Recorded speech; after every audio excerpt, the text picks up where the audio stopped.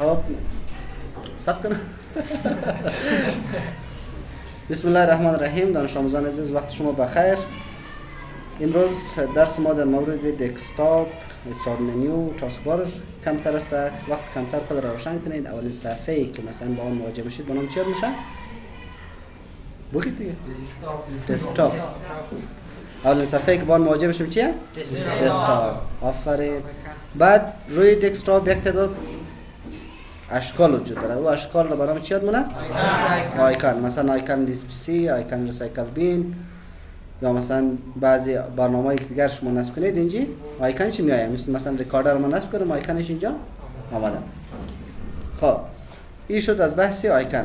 در قسمت پایین نوار پایینی رو بنام چی یاد مونه؟ تاسک بار. آفرین. این نوار پایین بنام مجموعاً بنام چی یاد مونه؟ تاسک بار. در قسمت تاسک بار ما چند چیز داریم؟ در سمت چپ استارت منیو داریم، در کنار استارت منیو سرچ داریم، آفرین، تاسک بار آیکون داریم و در ختم چی داریم؟ سیستم داریم.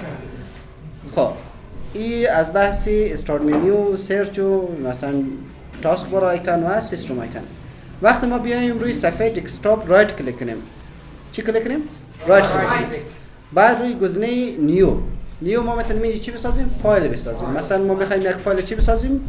فایل ورد. مثلا فایل ورد نامش میگذاریم کلاسی 10.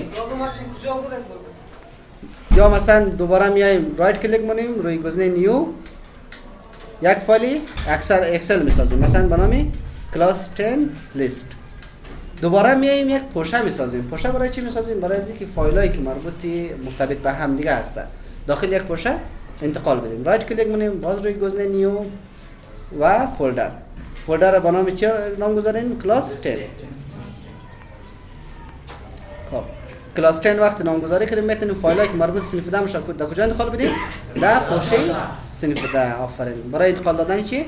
کافیه فایل را کلیک کنیم، باز دوباره فایل دیگر هم کنترل گرفته کلیک کنیم و دوباره روی فایل فشرده انتقال میدیم داخل کجا؟ پوشه فولدر یا پوشه داخل.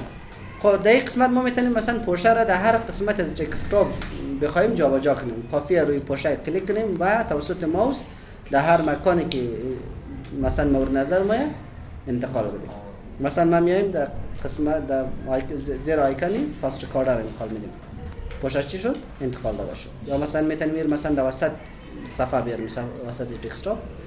هر مکانی که شما خواستید میتونید پوشه را فقط رویش کلیک کرده و توسط ماوس جابجا کنید.